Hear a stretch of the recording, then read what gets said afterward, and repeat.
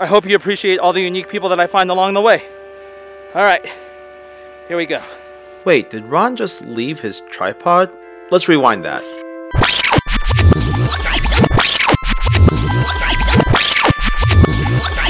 Oh, now I see. See, there's a lot that it takes in making content, and I don't think people really realize it.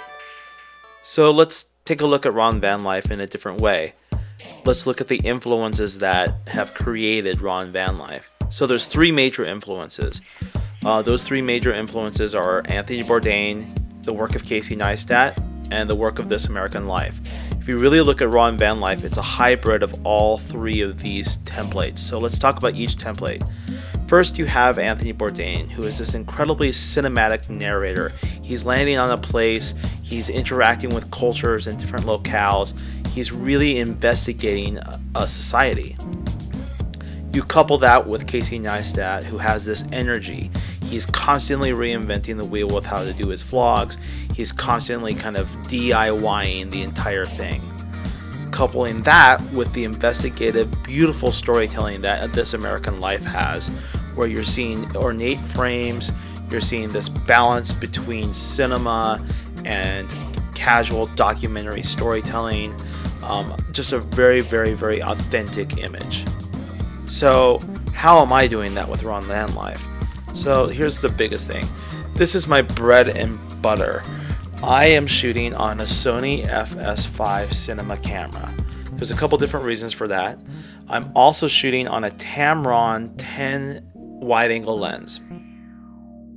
I'm also using a Sennheiser on-camera boom attached to XLRs, and then I have this neat little rig that gives me another handle grip. That allows me to basically turn this cinema camera into some version of a vlog camera. Is basically LCD flipped over so I can actually be on the image. Hey everybody, so as you can see, this is how I set up my vlog. That's how I do a cinema camera, but still keep this vlogger sensibility. Again, I'm using the vlog as another cinematic angle. Part of how I do that is because last year I worked on a series known as Buck the Quo, which is this inventive style of DIY filmmaking. As you can see, there's always so many different ways you can use cinematic language to tell the story. You can use angles like Wes Anderson, you can use the blue skies and the big vistas of P.T. Anderson, or you can maybe use direct camera coverage like they use in The Graduate, my favorite movie. Let's go a little bit more depth with a shot that you just saw in the last episode. I am with Rivers from Tech Connect. We just bumped into each other. He was working on his vlog, and I was kind of in between edits on my vlog. And we decided to kind of help each other out here, because something that I have wanted to do with PJ is get some drone footage of just driving in the car.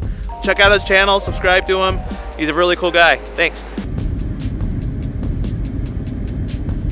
There we go. This is gonna be fun to see. I'm kind of really stoked to see what this footage looks like. And a 3-point, yeah. What up? So what kind of gear are you going to be using on these vlogs? So I use the Sony FS5. That goes back because I'm originally a documentary filmmaker. What stuff do you think you're going to get for your next piece of gear? What do you have in mind for the future? Well, honestly, one of these is very intriguing to me, getting a DJI, getting a drone. I've not really ever been a drone fan, but it's just funny to say this, but now that I have another character, like the perfect companion. Yeah, I have another character in my piece that I'm trying to document along the way, and this character needs to kind of be seen, and the drone is kind of the most cinematic way of seeing them. I always tend to kind of overkill a little bit for what I'm doing probably, but I'm just obsessed with video quality, audio quality, and things like that. So many decisions I make now just to make sure that the story is valuable, and there's things that you just make compromise on, and one of the things I said was wherever I am, I'm going to make sure that the audio is as good as I can. I'm not going to peak, but I'm going to try and I'll just get it, right? And so far that seems to work. Thanks for talking shop. I love doing that. Yeah, no, me too. I could talk all day about it actually. Yeah, absolutely, me too. And I just come from more of a YouTube world. It sounds like you come from more of a documentary, traditional world. So it's kind of there's a lot of information about that I'm curious about too, so it actually works out really good. Yeah, I think that's the cool thing is now that we're in this weird world where we're all kind of distributing on the same platform now, I think the conversation is going to become way more relevant for us all to realize that we're kind of using the same tools.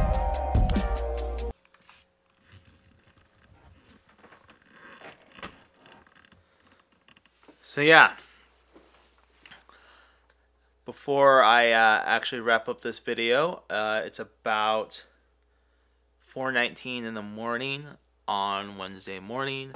I've been up all night, and it just kind of brings up the last subject in making RonVanLife, which is the editing side.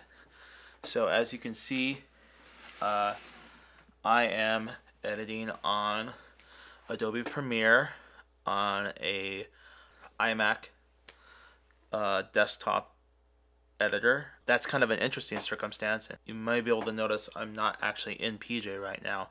I'm actually at my business partner and cousin Jason's apartment in Boise, Idaho, where this editor is housed.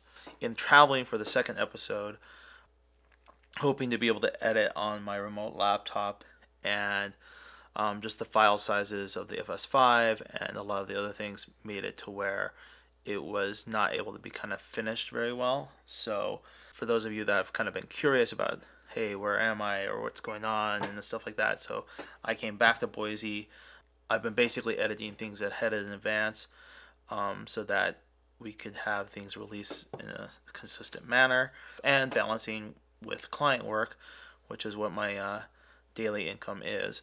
I'm pretty much working pretty much extensively, almost like 16 to 18 hour days, which is pretty much the norm for YouTube. But I completely appreciate and am so in admiration for what YouTube content creators do, because being somebody coming from a more traditional background, I now can see the amazing amount of effort to keep consistent with the audience, keep authentic to the audience, and it's just something that's really special to me to know that you guys are waiting to see content, and that really pushes me to be able to make content for you guys and get it out on time and keep consistent with you guys and give you guys new different types of pieces like this behind the scenes.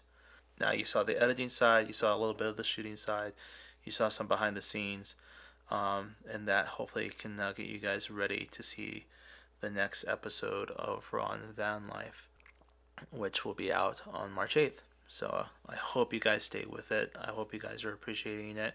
I'm actually going to be pulling kind of a crazy all-nighter, because in the sense that I'm actually about to, in about an hour, going to head to Fredericksburg, Texas for the RV Entrepreneur Summit, and that is the next big trip that is happening. So I'll be going through New Mexico, through Albuquerque.